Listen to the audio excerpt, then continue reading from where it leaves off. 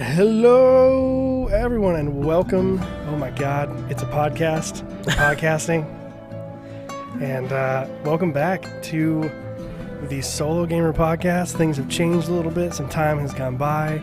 The world has turned a little bit, and the voice that you're going to be hearing opposite of me is no longer Arthur, but it is my other good friend Taylor. Taylor, man, welcome. Thank you so much, man. It's awesome. Honestly, dude, I gotta say, just kind of right off the top, feels really good to be talking video games with you again. I know we've done so in the past, and super excited to be back, man, and talk some more video games. It's honestly, I've been looking forward to this for a long time, so I'm excited to break into it. Yeah, and we've always, whether we were talking just personally about games, just like hanging out, or we've always bounced around ideas, and we did YouTube for a little while together, and you know what I mean? Like, we've been kind of close to actually doing this. Yeah. And for whatever reason, we never have. So I'm happy to actually make it happen. Obviously, just to let everyone know what's going on. We had a hiatus for a couple of different reasons. I had a bunch of mic problems, which were well documented on my social feeds, but I have a brand new mic now, so that's no longer a thing. And then Arthur, the previous co-host, helped me found this whole thing. Just life is kicking his ass right now. That's pretty much all it is. He's just got 2 little kids and a whole world of craziness going on. So it was just really difficult for him to find the time and to be consistent. And he didn't want to drag us down, I guess. I mean, he wasn't, but it was just difficult for us to stay consistent. So. He's just got way more important things to worry about than we do. Let's just throw it out there. Yeah, he's just a more important person in the world. Like, the stuff that he does is pretty important things that he's working on. So yeah, it's all good. So I'm sure we'll have him back at some point. As we can have him on as a guest if he ever finds some time. It'll cool to do special episodes and bring him back and love to and all that. But yeah, I feel like you and I will always be able to find that time as we don't have all of those crazy life factors that tend to interrupt these sort of side things like this. Right. So we have some catching up to do. This episode here today, we're going to do a doubleheader. So we're recording this on Sunday. I'm going to do my damnedest to get them both edited tonight and up Monday. So if you're hearing this on Monday, the 29th of June, then we recorded this on the 28th, and we're going to do a double header. So we're going to do an EXP on The Last of Us 1, and then we're going to do a spoiler cast on The Last of Us 2. We'll try to keep this one shorter, I feel like, because we don't want to be sitting here for 4 hours. I feel like we're going to really want to spend a lot of time on Last of Us 2. And it's going to be really hard to not talk about Last of Us 2 while discussing the first one. Extremely difficult. But it'll be weird to we got to isolate. We got to compartmentalize. Right. So that'll be cool. But yeah, man. Welcome to the show. Thanks, man. I'm saying we as I am happy to have you here, and I know everyone listening is going to be happy, and I'm really going to try to see what we can do with this. I want to start getting our YouTube channel going, and we started got the blog going, and yeah, I'm going to start streaming and just trying to see if we can't link some of this stuff up and get some people in and listening and joining in on the conversation. Definitely. So, to business. Last of Us, man. See, I'm happy to have your input for this one because I was so distraught when you first played Last of Us. I'm not gonna lie. Right. Looking back at it, I'm like, oh man. Just looking back on, and we'll get into it obviously, but yeah, looking back on when I first played it to now, crazy to have experienced it, but yeah. Yeah, well, I mean, go into that a little bit. So, obviously, for me, I played The Last of Us for the first time right when it came out. I had been waiting for it. And I just fell in love with it. It became one of my favorite games right off the bat, top 5, and it's been there ever since.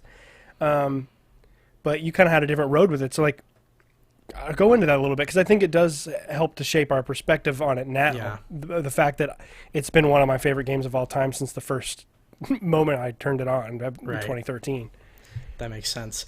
Yeah, so I kind of had a weird road to getting into The Last of Us and kind of the game just in general. So, one of the things you have to know about me is in the last console generation, and at the time we're recording this, PS4, Xbox One, we're talking about kind of 360, PS3 eras when that first came around. So, Yeah, it came out like right at the end of PS3. Exactly.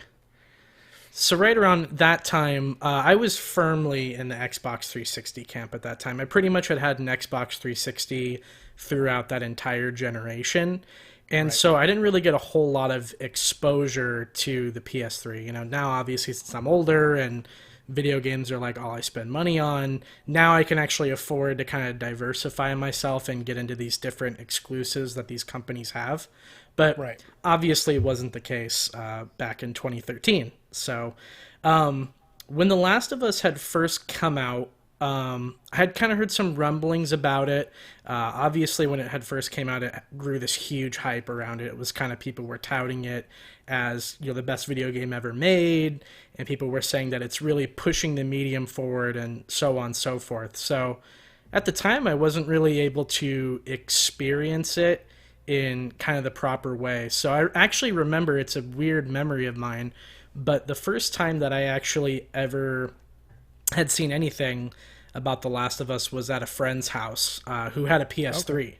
So, and that was the only console that he had. And so he invited us over, and it was kind of a thing where we were hanging out and he was playing it, and I kind of got to watch him play the opening couple scenes at the quarantine zone, when you're with Joel and Tess. And so thought it looked cool. One of the things that stood out to me immediately was how good the graphics looked at the time.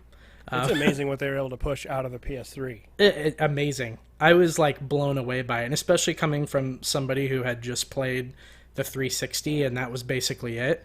I was blown away by the graphics when I first had seen it. So from that point forward, it had been a number of years afterwards until I had really gotten into The Last of Us. And so the thing that happened was you and me kind of started hanging out. I think we became friends around like maybe 2014, 2015. Yeah. Somewhere around there. It was like 14 because we were still working at the same company at the time. Exactly. So I remember kind of one of the things that we had initially connected about was through video games, obviously. So I think it's pretty much how I make almost all my friends. Right. I think the first question I ever asked Kevin was, what are your top 10 video games? It's a classic question. He's like, what the fuck? He was not a list guy. Right. So, yeah, one of the things I remember about it in the couple of times that we had hung out was that, we were talking about these different games that we really liked, and you brought up The Last of Us. And I was like, funny thing, I've actually never played it. And then, of course, I got the reaction like, oh, what? Man, it's so good. Like, you got to check it out. Yeah, I had a stroke. Yeah. Got super angry at me. No. But, no, I don't get angry. It's like, I'm just so, there are certain things that I just get so invested in. And yeah. Maybe I shouldn't because it's all just fiction, but I don't know. That's the way I've always been with just certain things. I just care so much about them. So yeah. And it isn't a judgment where I'm like, this fucking idiot's never played. This godless heathen. Oh my God, like I have to share this experience with you because I know what it feels like and I want other people to get that too. It's a fun thing when people have that same feeling over something, The shared experience, exactly. It's just very energized. I get so pumped up. No, and I actually really like that. I love the passion. And so you told me like, yeah, you got to try it out. So I remember I never actually had played the PS3 version of The Last of Us, and so I borrowed your copy of The Last of Us Remastered for PS4. So, okay. Yeah, that's right.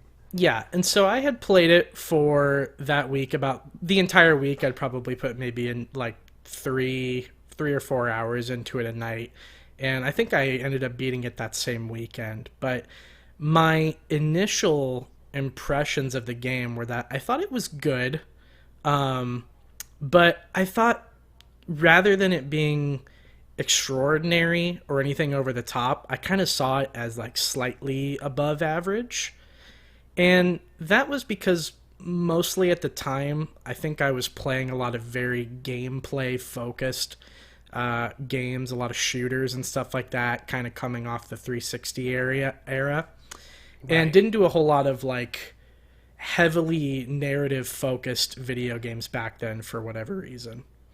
And so the story I thought was amazing in the first one, but where I thought the game kind of suffered or where I thought it got kind of boring was in the gameplay sections.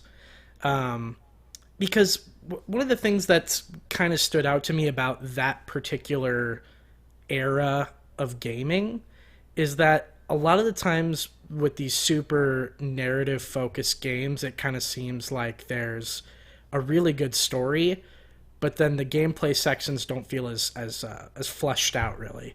And so I kind of got this feeling playing The Last of Us initially, where I like just wanted to get to the story beat. Like I was like, okay, the story's got me hooked. You know, I'm invested in the characters, Joel and Ellie and Tess and Marlene and all these different characters. And I was like, I kind of just want to get to the next story beat. And so I almost kind of saw it as a hindrance to go into these different gameplay sections where I felt like I was just blasting away at these kind of faceless enemies that like there wasn't really a whole lot of like differentiating between them. You know, Right. it just kind of seemed like the models in the video game files were like bad guy 1, bad guy 2, you know, and then they would repeat Mm-hmm. those same enemy encounters over again. And it just kind of felt weird to me after a while. So I think my favorite part of the gameplay had to have been the stealth sections. Because one of the things I was really big into at the time was stealth games. Obviously, I've been a big Metal Gear Solid fan for a really long time.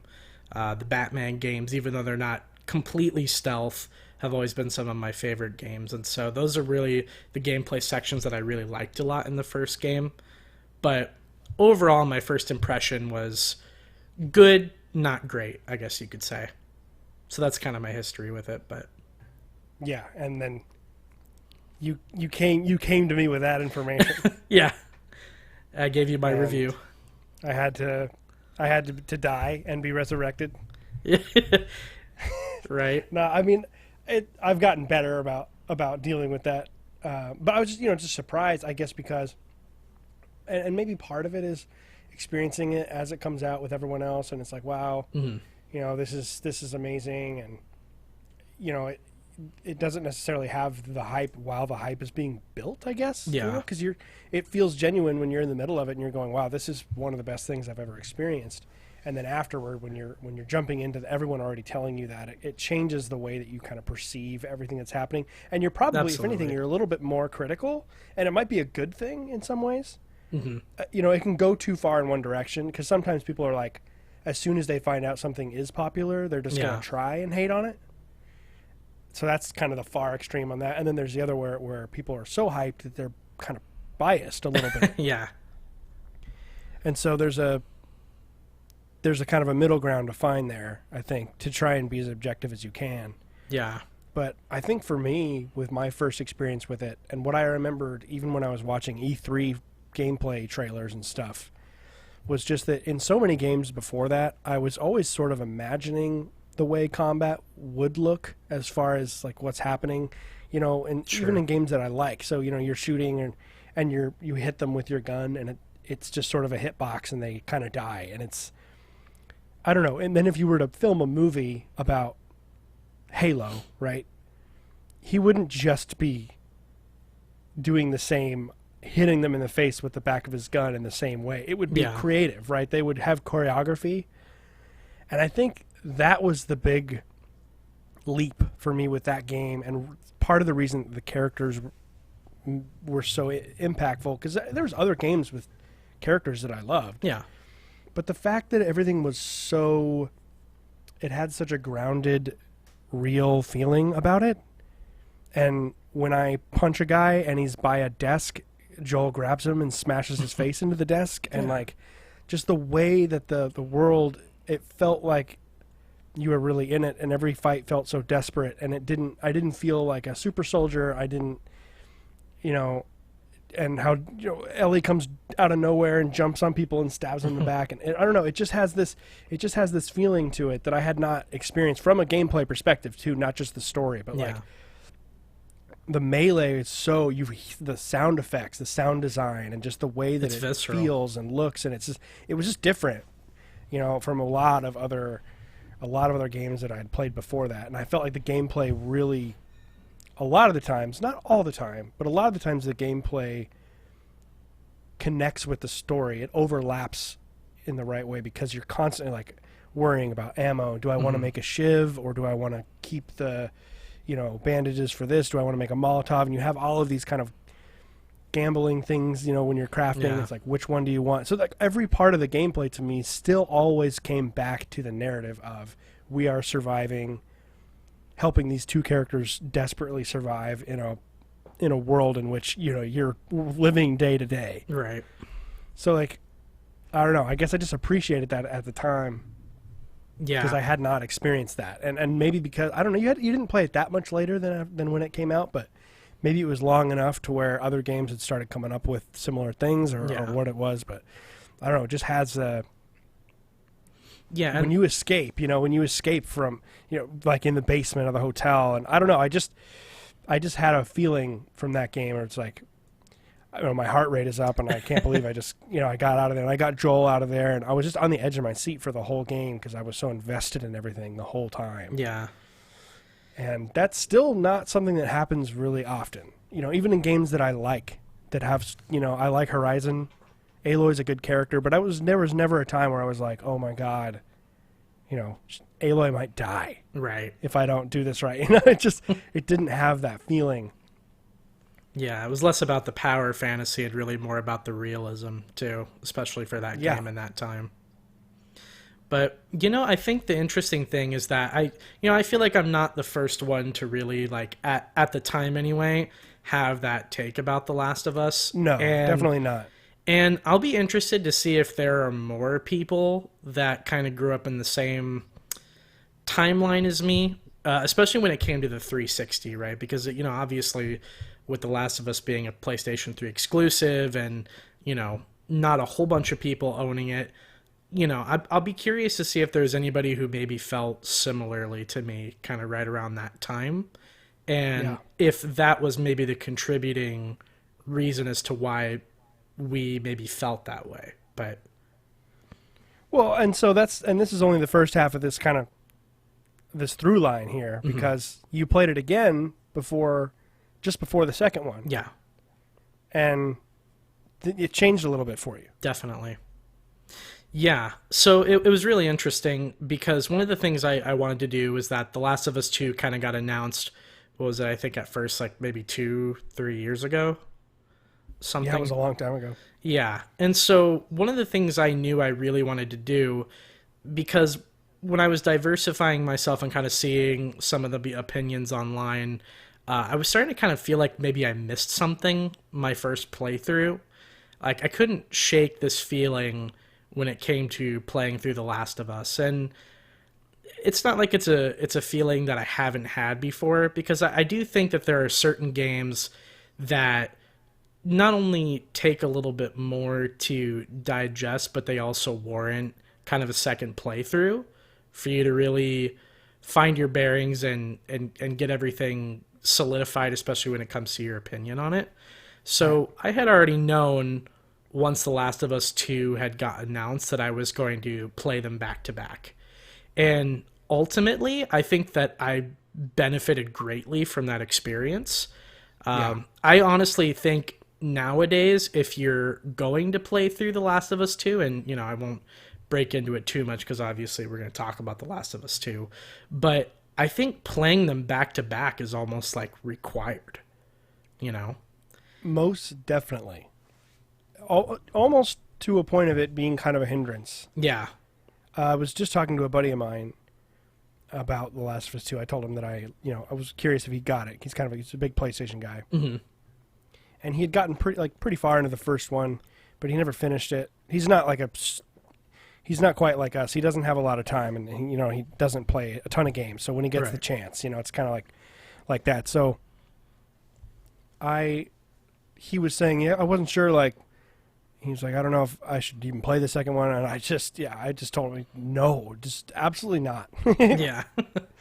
Really a massive disservice. And I think that's fine, especially if you go in knowing that The Last of Us is, as a franchise, is all about the narrative. You know, the gameplay, I think the gameplay is great, but you don't play the game necessarily because the gameplay. It's not Mario. Right. You know, you're playing it because of those characters, just like you would be watching a show or whatever. So Definitely.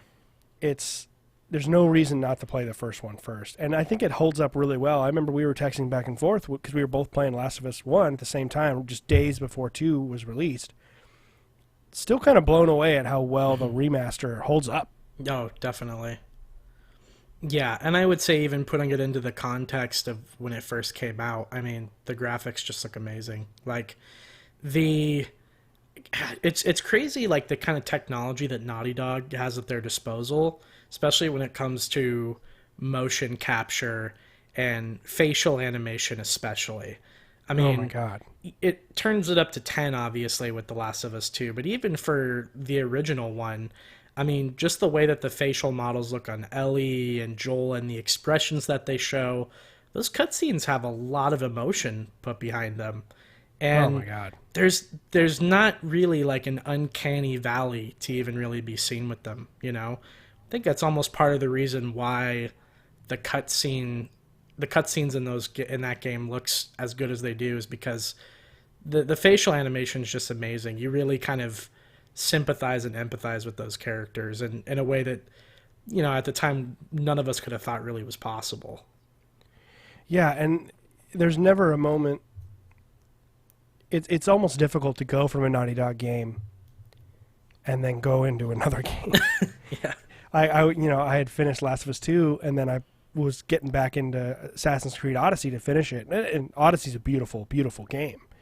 But when it comes to people, they kind of look like dolls a little bit. And it's something that it takes the perspective of just being in Last of Us 1 and 2 and then going. It's not bad. It's not like, oh man, Assassin's Creed Odyssey has terrible animation. It's that there is a significant gulf between what Naughty Dog is doing right now in that department. Not just facial animation, but the attention to detail on the gait of a character. I could see Joel walking. You could just be a grayscale character and see him walking and be like, oh, that's, if I know that I'm watching, like if I was watching early development, alpha development for Last of Us 2 and none of the details were on there and I was just watching a grayscale model walk, I could be like, oh, that's probably Joel. Yeah. Because there's the attention to detail on the little things, the small little things they do, the way that, you know, when Ellie, if you're standing still, the little things that Ellie does, you know, she kicks her feet back and forth, or she's got her left arm down, you know, along her body, and the right arm is crossed over and grabbing at the elbow, and like just these like really small things that you might not be paying attention to, but they're not in almost any other game at all that I can think of, and it sells the characters so much more. And it's so subconscious, like, or unconscious, I guess is the right term, that I don't know. I think it's the they're the best in the business as far as in this category. I don't think there's any other, and that got hammered down even more with the sequel. Absolutely. I've never seen anything like it from Last of Us 1 or 2. I still have yet to play very many other. Maybe God of War. Yeah.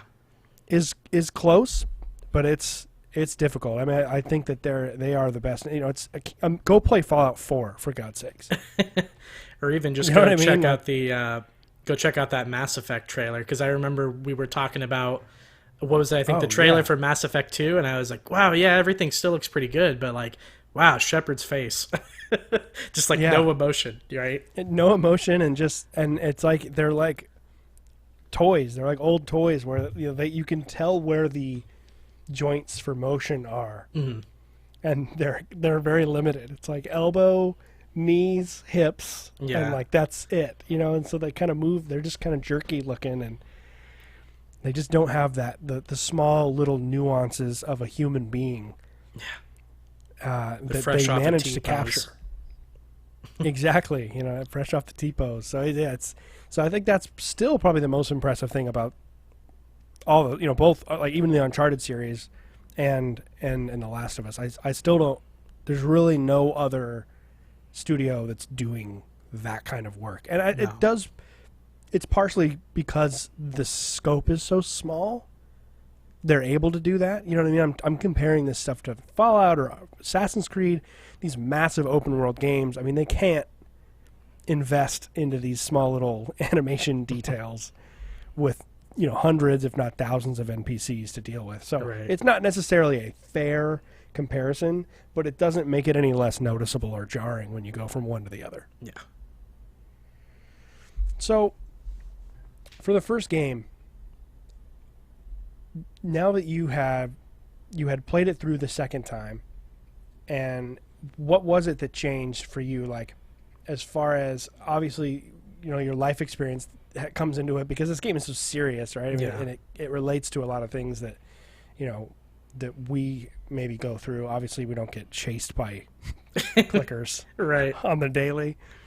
Speak for But yourself, man. No. Yeah. Oh, my bad. Yeah. Yeah, that's true. Phoenix, by the sounds of it, Arizona's With Arizona's this in the pandemic, middle of who it. knows? Like more than 2,000 cases a day in Arizona right now. So, my goodness. But yeah, just what do you feel like the for the first game, like? Sure. Do you still is there still weaknesses? Are the same weaknesses that you found the first time still there, and they just didn't matter as much because you were more focused on the strengths, or like what is it that kind of changed you a little bit going from the first time to the second time and having played it right before the release of 2? Yeah, no, it's a good question. So yeah, I think definitely what you mentioned a little bit earlier, and we had talked about this briefly already, but I feel like just the mindset that I had from 2014, 2015 to now, obviously 2020, was a little bit different. There were a couple different things that kind of happened in my life that obviously sort of matured me a little bit more. Sure. And I think it was a different frame of mind than what I was used to back 4 or 5 years ago. And I think that allowed me to look at these different things with a little bit more of a mature lens, especially when it came to a lot of the storytelling. And that was really, I think, the biggest factor for me that really kind of changed my mind on the game, because I felt a lot more emotion this time around. Obviously there are some scenes in the game that are pretty emotional no matter who you are, right? Whether that be Sarah's death, Joel's daughter in the beginning of the game. Yeah, that's still like one of the most difficult, one of those taxing intros of any game. Oh yeah. Even when I know it's coming, I love playing that game with someone who's never played it before. Yeah. And just waiting and just watching them. Seeing the reaction. Because I got to play, when I played through it again before the release of 2, I got to play it with my dad, who actually had played it with me before, and I didn't remember that. But right. It was like way back in when it first came out, I guess. And his roommate, who had never played it, and he does like games, so they were both into it, and it was so cool to play it with them. And I think part of the reason that I love this game so much is a little bit outside of the moment-to-moment gameplay, and like it's sort of my proof of concept for games being not a toy. Yeah. Which is an obvious conclusion for us, right? Yeah. But that's because of when we were born. But to people who either grew up playing arcade games, Pong. or to anyone, right, or to anyone who's older, my parents' age, they're in their early 60s. That whole wide group, I feel like if you didn't start playing games in the kind of the 3D era as a kid and on, sometimes that idea, it's almost not even a concept in people's minds of like the fact that a game can tell you a story with writing and characterization and drama that's on the equal level with an award-winning film. And still also be a good game or fun game to play. One is not at the expense of the other. Yeah. And so this game has always been. I'm almost proud of it. I'm like, this is what this is what games can do. You know, it's an achievement. And like it works because I had his roommate who's like 56, whatever, mid 50s, sitting there watching this and excited every time to get back to it because he wanted to know what was going to happen next. He was completely invested. He wasn't even thinking about it being a game. And I just think that's kind of what The Last of Us, when we were saying way back when people were telling you about the game, is how calling it the greatest game ever made. I don't think you can really ever say that about any game, because how do you compare The Last of Us with, I don't know, Zelda? Yeah. Like, Mega Man. Mega Man, right? They're not trying to do the same thing. No, not at all. It's not. So I would say that it's one of the most important games ever made, and I think it's one of the best games ever made. Absolutely. Because I feel like ever since that came out, we've been getting games. More developers have gone, all right, people like this. They set the bar, and they'll take it seriously. And I think we've benefited from it afterward. But I think that's kind of, for me, why that's been the true impact of the first game is how gaming as a medium has been perceived. Kind of started with Last of Us and a few other games that were coming out right around the same time. Yeah. And man, I mean, talk about how much it's changed Sony. Yeah, I mean, really, really put them on the map. I mean, it's crazy to think back in the context too of thinking Microsoft, Sony, Xbox 360, PS3, and how much has changed just in this generation, and the absolute flip-flop that we've had when it comes to which company's on top, which company has all the games you want to play, and which one has the biggest install base, right? Because I mean, with this generation, it's completely turned on its head. And I think back in the that day, also helps because Microsoft decided to just nosedive right off the bat. Yeah, they just decided to lock all your games behind DRM and, decided to go more into Blu-ray movie home entertainment than video games. But yeah. You can watch the NFL on Xbox. Oh, great. My favorite. Right. My God. So it is crazy kind of how the landscape has changed, and just nowadays, I mean, we're kind of fresh off of not having E3 this year, but seeing all of these different companies do their own kind of isolated events. And after seeing the PlayStation one, I'm like, wow, Xbox and Microsoft really have to come out swinging with their press conference to really impress. So it is crazy how it's changed over the last couple years. Yeah, this generation's changed it, and maybe it was, I don't know if we're over emphasizing the importance of Last of Us there, but I mean, I feel like the reason that Last of Us Remastered has sold so many copies is because not only did Xbox nosedive, but so they fell on the sword, and then on top of that, it's like, okay, I don't want to play this horrible, you have all these people who had missed out on The Last of Us, and then PS4 comes out. They clearly kind of won the pre-game. Yeah. And hey, we have this killer app remastered running at 60 frames a second that looks absolutely beautiful that you missed out on, that you heard about.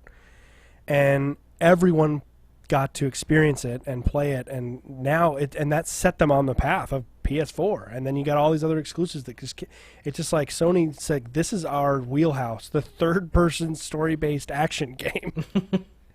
Right. And they just keep releasing those, and they're brilliant. I mean, all of them are so good. I mean, they're not maybe Last of Us, but I mean, we've had Last of Us, and ever since then we had Horizon. Of course, we still had Uncharted. We're getting Ghost of Tsushima. We had Infamous. More third-person action games. God of War.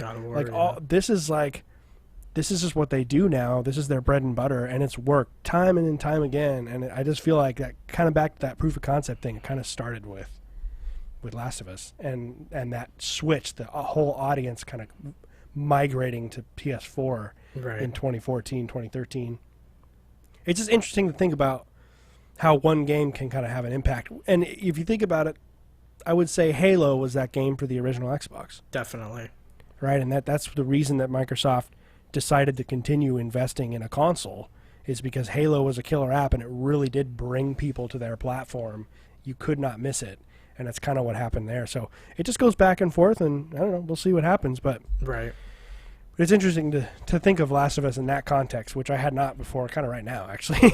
Right, yeah. Talking about it. So if we want to get into specifics, we kind of just talking in general about it. What stands out to you, a couple moments or characters or specifics about The Last of Us that, especially in the most recent playthrough. Yeah. What about the story and the characters stand out to you the most, with it still kind of fresh in your mind?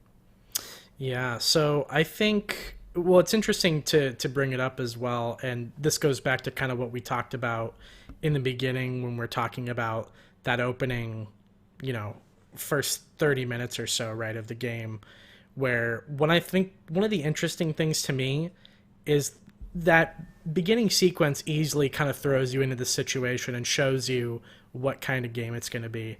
And one of the things I was going to bring up earlier about that opening cutscene is that it's not even really a cutscene. It's one that you're kind of interacting with, right? Yeah, you're in control of most of it.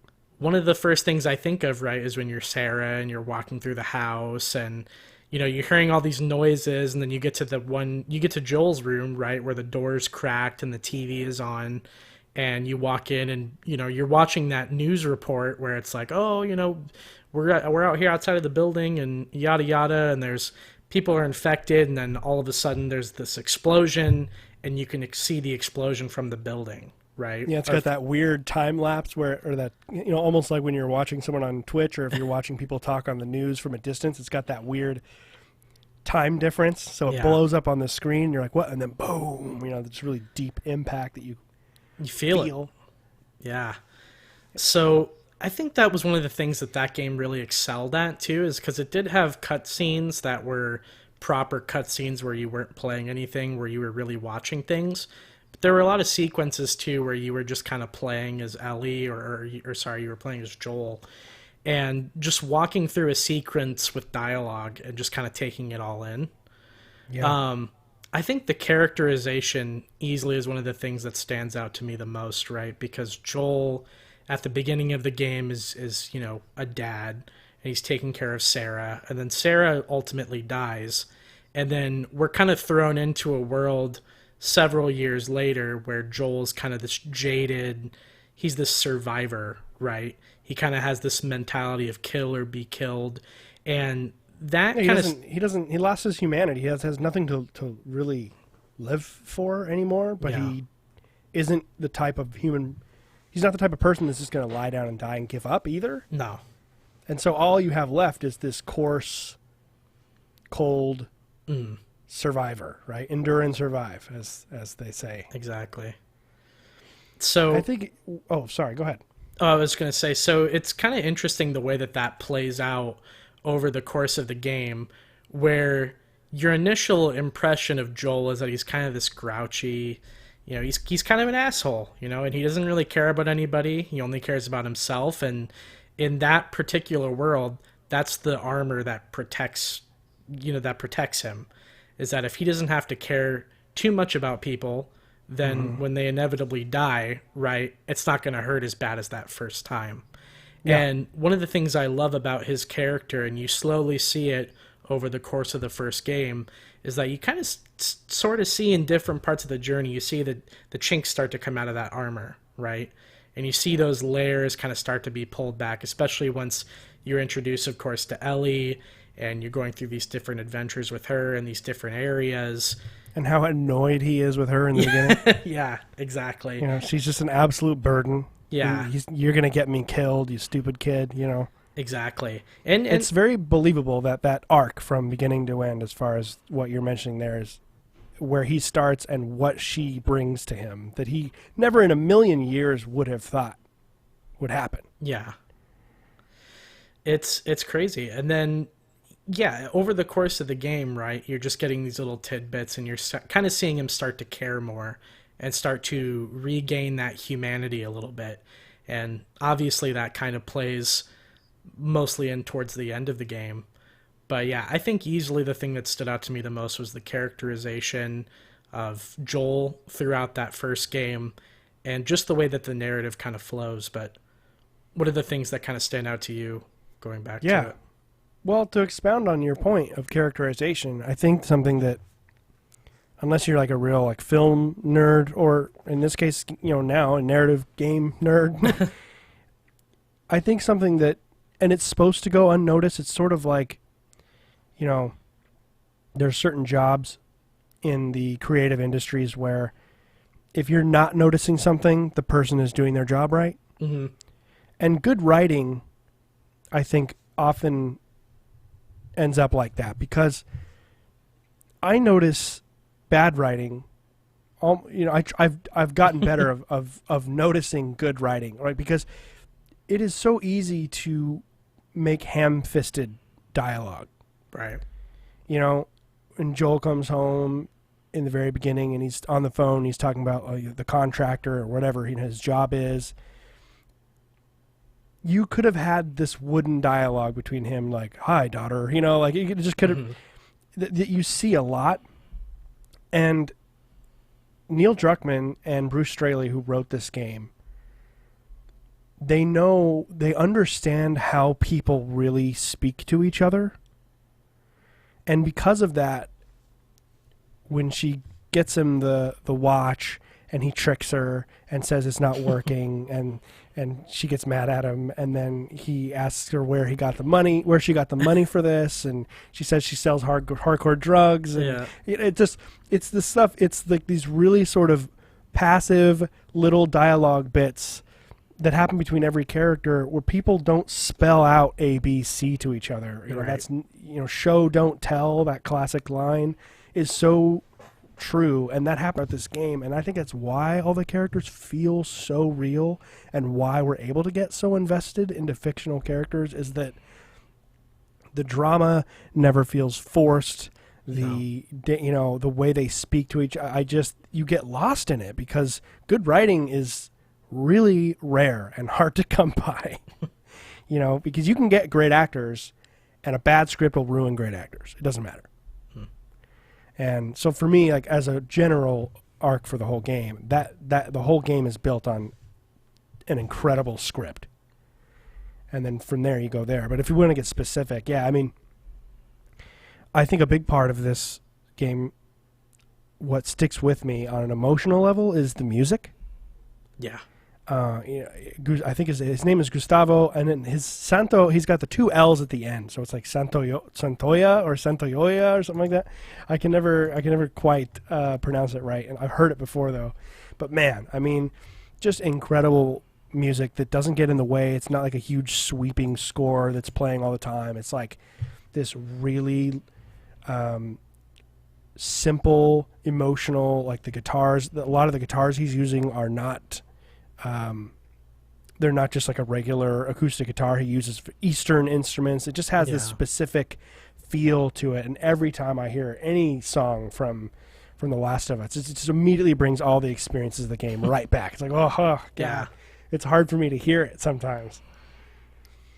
So I feel like that gets passed up a lot, and I just absolutely love the musical score. And then it's I iconic. guess it is. It really is.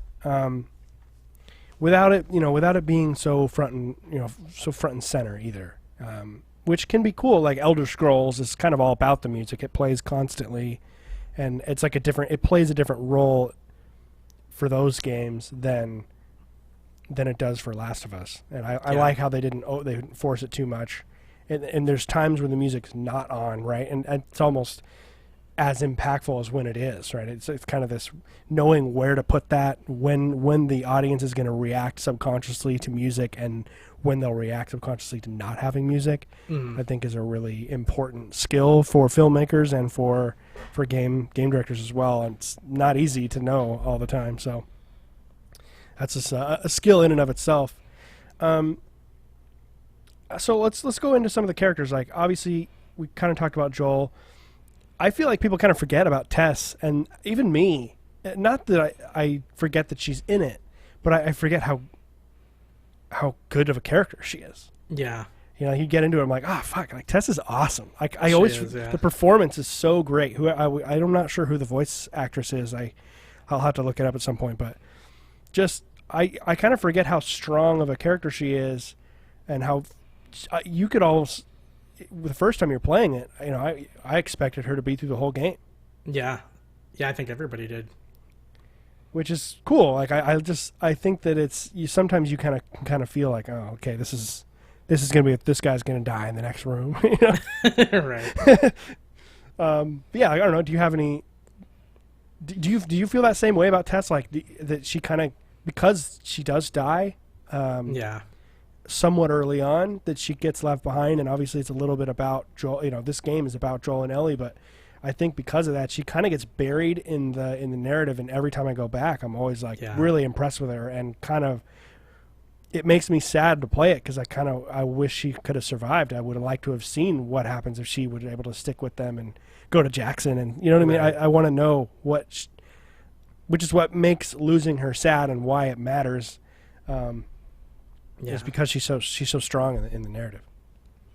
Yeah, she definitely goes out in a blaze of glory too, which is really cool. I think her death is easily one of the coolest scenes of any character kind of sacrificing themselves when it comes to the betterment of the group or whatever. But yeah, no, I definitely agree with you, man. I feel like she definitely gets left behind when it comes to, no pun intended, when it comes to the talk around The Last of Us, just because she does kind of die a little bit early in the game. But I almost kind of feel like I kind of like the decision to kill her off, because it kind of flips expectations on its head a little bit, in a really good way. And the way that I mean that is because I actually kind of unlocked a memory when I was playing through The Last of Us the second time around, and we get introduced to Tess. Because I obviously remembered her dying in the first game, but I remember a specific thought that I had when I was first playing through it. And that was, you know, when you first leave the quarantine zone and you're kind of going through the ruins of the city that you're in and climbing through things, and it's you, Tess, and Ellie. I remember one of the things I expected to happen was that Joel, Tess, and Ellie would form kind of this weird family unit of people that really weren't related to each other in any way.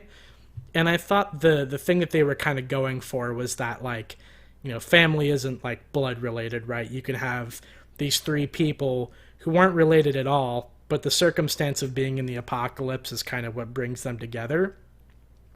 And you kind of started to maybe see that, or maybe think that there was going to be like a family unit thing where Joel's the dad and Tessa's the mom and Ellie is their daughter. And then once she actually dies, I feel like that expectation is really flipped on its head. And I think that they did amazing respect to the character and the way that she goes out, because she obviously gets bit, she gets infected, and so she really doesn't have long to live either way in the scene that she dies. So I think that she has an amazing ending. And yeah, she's a great character. I'm definitely glad we got some time to talk about her, because she I think she doesn't get talked about as much. But what do you think? And she's lucky, because she's probably one of the only characters that does get to kind of decide how she dies. That's true. And gets to be dignified, you know, because they really show you how ruthless she is and what this world has turned her into. And then when she gets time to reflect about the fact that they found someone who's immune, she beats Joel there. Joel's like, doesn't give a shit, you know. and that's he doesn't believe it at first. He doesn't believe it, and then even when he does, he's like, he's like, I don't care, you know. This world is over. And Tess is suddenly an optimist, which, you know, an hour before you would never would have thought that. She's more brutal than Joel is. She's executing people left and right. Yeah, but they kill that one guy in the beginning who steals their guns. I forget his name. Yeah. Oh, just totally demolish him. But yeah, I love how he's on the ground. That's actually one of my favorite scenes right there, when he's trying to sell them on some idea about going attacking the Fireflies and getting the guns that he owes them. Yeah. And she just goes, "What a stupid fucking idea," and just blows that off. It's like, oh my God, don't mess with Tess, man.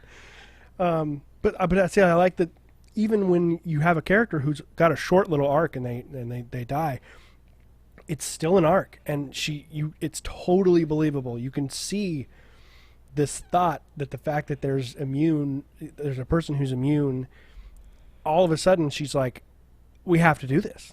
Yeah. I don't care. She doesn't even care about the guns anymore. And it's like, and she goes out being like, this matters. I'm going to die for a reason. Yeah. Which, if you start to think about what happens later, and even a little bit into the second game, the main confrontation of what happens at the end of Last of Us 2, which we're going to spend a minute talking about the end, but the fact that Ellie was also going to give her life in a world that doesn't usually let you die with any dignity, to possibly save the human race from this horrible disease. She's robbed of that, and Tess gets it. Tess actually got to have that, and she's the only character who gets it, which I think makes her special. Her death kind of reminds me, even though it's different contextually, but it reminded me when you were saying how important to the story her death is for the relationship of Joel and Ellie. Kind of reminds me of the death of Ned Stark. Yeah. You know, and that's kind of what I meant by when I was saying that I wish she would have lived was not me critiquing the story so much as they just did such a good job building her character in such a short amount of time that I think about that. I go, man, if only Tess could have survived. But obviously her death is the catalyst for Joel and Ellie becoming, building their relationship, and the whole game is built on her death, really, if you think about it. Certainly. And same with Ned. I always, watching through all the Game of Thrones back when I liked it, when it was good, constantly thinking, can you imagine if Ned was here? That was a thought process that I had. Like, God, I miss Ned. Like, he would be so useful in this moment. Yeah, he would be so good. Everyone would be. This would just change everything. But he had to die. He was the catalyst for basically everything that happens. Is Ned's death, and it's the same thing with Tess. So yeah, I wanted to make sure we got to talk about her because she died so early on, and everyone kind of remembers, like, the scenes that really everyone remembers are, which is basically what I'd like to touch on, and we're almost at an hour, so we'll touch on these last three scenes. I want to hear what your thoughts on these three kind of major points of the game. Yeah. That kind of did end up overshadowing Tess, which is Henry and Sam, and the end of that storyline. And the way that game goes, the way the narrative goes, when that hits, you were a little bit on an upswing, right? You had just survived like a desperate fight against these horrible hunters in Pittsburgh. Yeah. And you were just starting to really get to know those characters, and Henry's talking about riding motorcycles, and they're eating, and Ellie and Sam are just starting to get along and like get to know each other. So you're on a little bit of an upswing. It kind of feels like, oh, there's going to be some levity here before they just gut punch us. So there's that, and then the second kind of thing, obviously, is when Joel gets hurt and the game gives you control of Ellie. So we'll get into that, and then obviously the ending. I feel like those are like the three kind of really big spots. Yeah. That, plot-wise. And there's other stuff in there, too. If you have other thoughts, of course we can get into those. But just to kind of frame it out here as we come up to, we can do, hour 20, maybe? Yeah. I think. Wouldn't need too long, especially since we're going to be referencing some of this during our spoiler cast for Last of Us 2. So, so talk to me about your thoughts on Henry and Sam, and like kind of when they come in through the story and their end, and how that all. There's a lot I have to say about it as well, so I'm kind of curious to see what you have to say. Yeah, no, and it's funny that you bring up kind of the point in this story where you think like some levity is going to happen, because that's definitely Henry and Sam's kind of presence in the story definitely disarms you quite a bit when you're playing the game, because you feel like now you have strength in numbers, right? Now instead of 2 people, you have 4. Yeah, it's a relief. They're not trying to kill you. Yeah, exactly, because I think they're one of the few people in the game who really doesn't end up screwing you over or trying to kill you in the first place. So Yeah. it is really cool to get to know them as characters, and they're obviously brothers. And so one of the things that I think most people could kind of telegraph coming was that there'd be some kind of conflict of interest, because obviously, right, like Henry wants to protect his brother, and that's his number one priority. So that, I mean, at one point in time, they kind of leave you behind, and you think like maybe they left you for dead or whatever the case is, and you end up circling back up. But the one scene that always really sticks out to me in this sequence is back in the house at night, when everybody's kind of sleeping. And I remember this scene being so much more impactful to me the second time around, just because, I don't know, it really left me time to ruminate on it. But anyway, the scene that I'm referencing here is there's a point in time where Sam is kind of in another room, and he's kind of wrestling with the fact this is totally what I wanted to talk about. Exactly. And so he's wrestling with the fact that, like, you know, he's got kind of this insecurity because he feels like his brother doesn't think he's capable enough or isn't good enough. And so Ellie goes into the other room to kind of talk with him. And he posits this question to Ellie of, like, you know, when somebody gets bit, do you think that there's anyone left in there? Like, are they still a human? Do you still think they have thoughts, or do you think that person no longer, do they cease to exist, basically? And, you know, I think Ellie thinks on it for a second, and she says something to the effect of, like, no, you know, I don't think anybody, once they get bitten or they, you know, turn into those things, ends up really retaining their humanity. And that scene just hits, especially, it hit me really hard the first time, but the second time around, it's an absolute gut punch, right? Because I think... Because this time you knew he was bit. Yeah, exactly. And you realize, I agree that it's almost more powerful going into it knowing that he's bitten. Yeah. Because that whole conversation completely changes. Have you ever heard... oh my God. See, this is the problem when I come up with something on the fly, is that I forget names. The really freaking famous, legendary director of, like, Birds and Psycho. Alfred Hitchcock. Thank you, Alfred Hitchcock. Have you ever heard him talk about the difference between if you have a scene where people are talking to each other and there's a bomb under their table and you don't tell the audience and suddenly it blows up and everyone gets startled because they didn't expect the bomb, compared to when you show the audience there's a bomb under the table and they're talking about it and everyone in the audience is going, "There's a bomb!" Right? It's a different kind of investment. Yeah. That's kind of what's happening when you play this game for a second time, because you know he's bit, and the conversation takes on a completely different meaning. Right. Because he's asking for himself, and he's getting brutal honesty from Ellie, because she has no idea. She's not going to give him She's not faux consolation. She's like, no, I don't. There's definitely nothing left. And then he asks if she thinks there's a heaven. And she's like, no, I don't think there's a heaven. I mean, she just destroys him. Yeah. And it's tragic. Yeah, utterly shatters his worldview, basically. Well, that's all he had left. All he has left is to hope that someone can make me feel better about the fact that I'm going to die and turn into one of these things. Yeah. And she didn't give him any of that. And it's not her fault. You know, she was just being honest with him and just trying to be straight with him. But it's just that, yeah, the context of knowing that he's bitten, because you don't know that he's bitten the first time. No. You know, and then it's kind of a shock. And then the second time, you're just like, oh, this conversation is so awful. Yeah, it's depressing. And it's also, they're so happy. Joel and Henry are so, they're like laughing. They hit it off, yeah. So then this moves into the next scene where Ellie goes to check on Sam, and he's turned, and he attacks her, and everything happens. Like, what do you... Did Henry's kind of reaction to all of it, not ultimately what his final decision is, but kind of I don't know if you remember the stuff he says before then.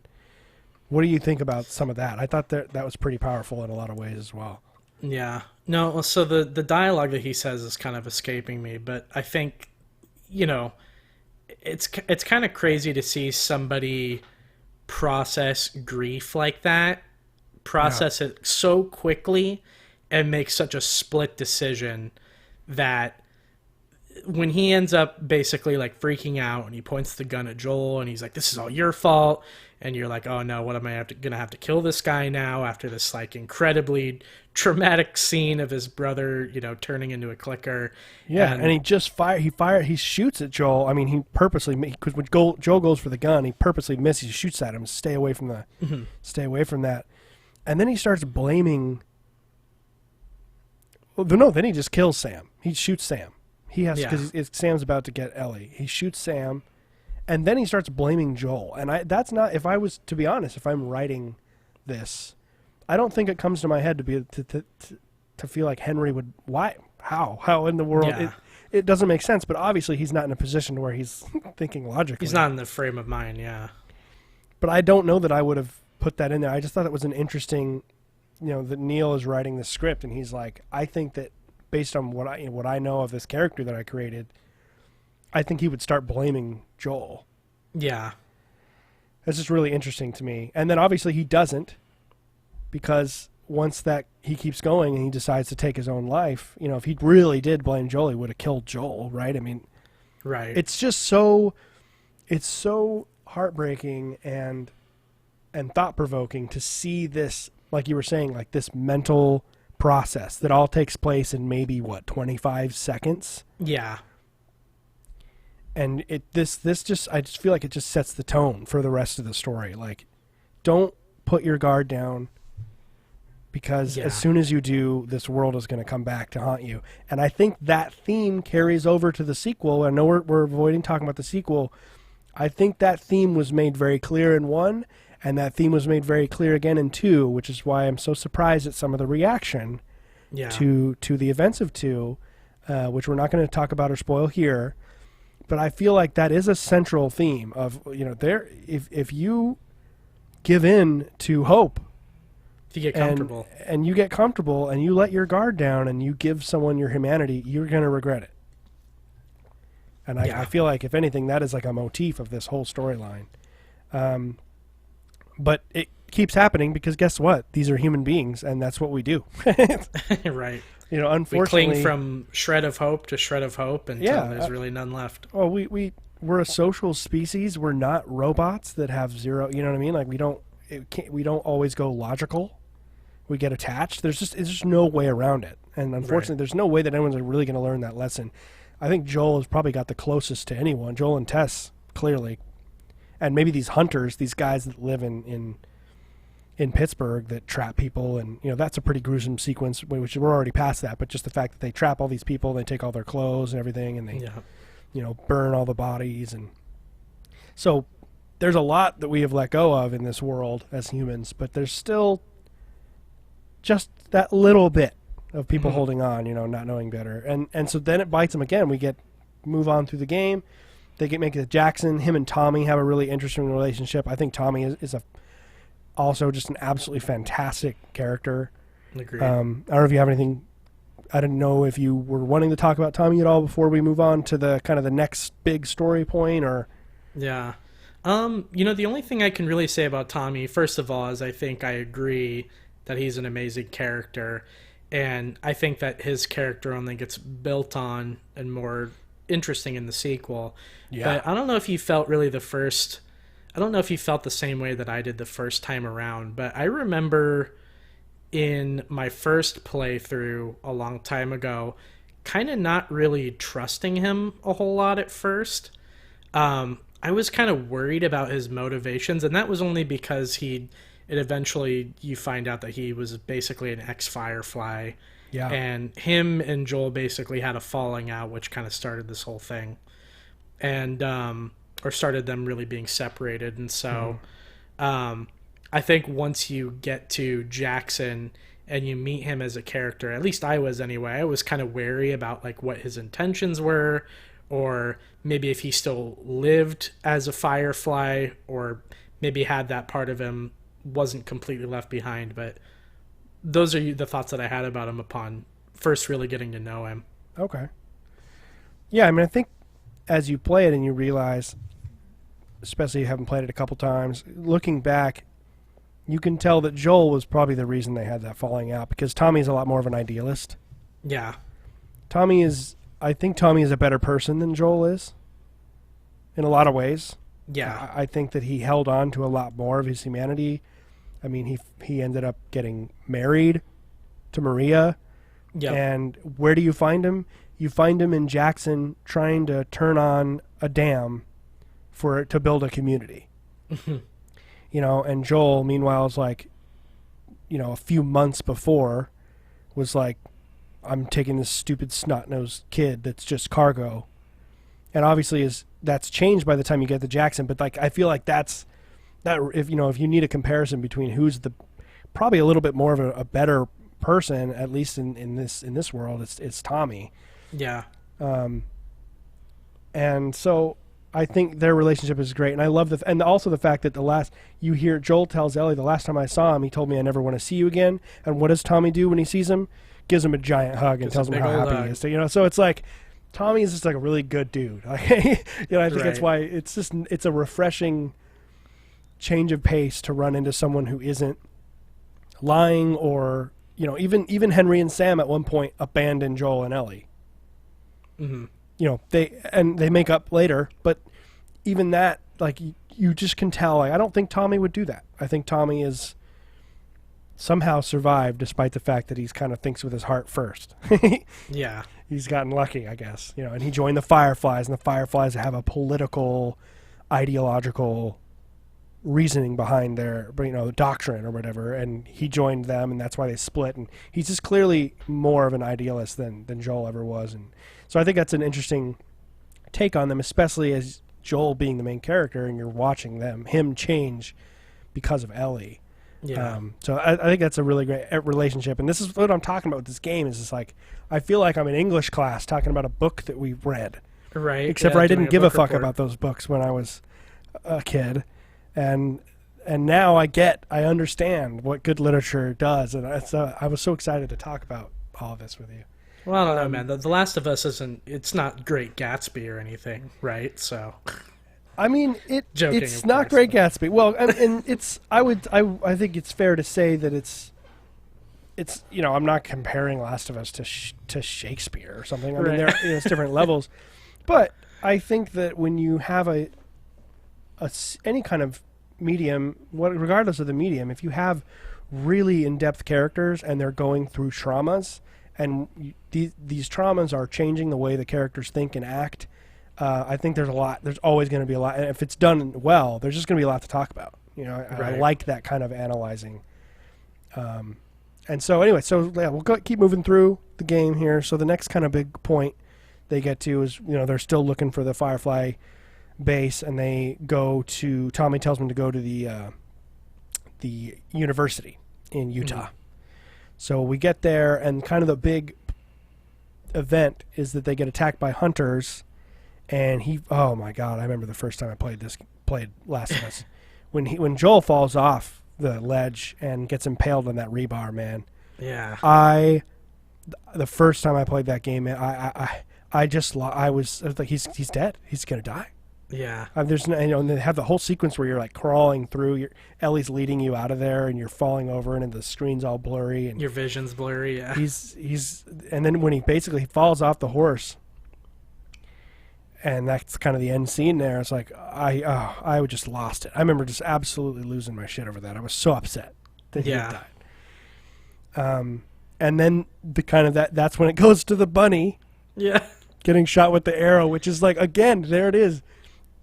It wanted you to go, oh, the bunny, it's so cute. Yeah. Oh, like, levity. Yes. We let our guard down to admire the cuteness of life, and this cute little bunny, and gets annihilated by this arrow. And then, of course, the game gives you control of Ellie. So there's that whole sequence from Joel impaled on the rebar to holy shit, we're playing as Ellie. Talk to me about what you think about that, both from the story perspective and as kind of like what it means to the player, like how that it was very unexpected to me the first time. I did not expect to play as Ellie at any point in the game when I played it the first time. Yeah, no, and I think that's really because it ends up coming to you in like the very last half of the game too. I Yeah. think everybody expected to kind of just go through Joel throughout the rest of the game, but I remember kind of feeling like more vulnerable than I ever had, right? Because I mean, Ellie's going out, right? She has to forage for food. That ends up becoming the whole thing with the rabbit, and not only that, but the stag at one point in time. And I remember just being like, okay, I'm playing as Ellie now.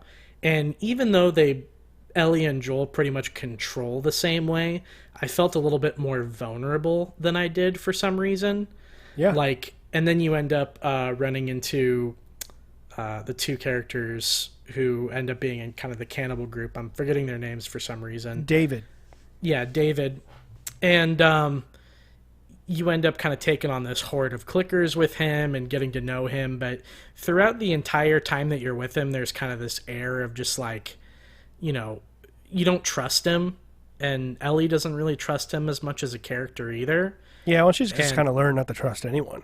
Yeah, exactly. I mean, we'd already gone through so much in the game up to that point that lesson was kind of being hammered into your head and hammered into her head especially. But I think that was the thing that I felt the most out of playing as Ellie was kind of this feeling of like, you know, you can take on anybody and you're a little bit more stealthy, but at the same time, you're still a little bit more vulnerable. You're missing that expertise that maybe Joel brings to things where he's... Well, and you can't just go up to someone and just beat the living daylights out of them either.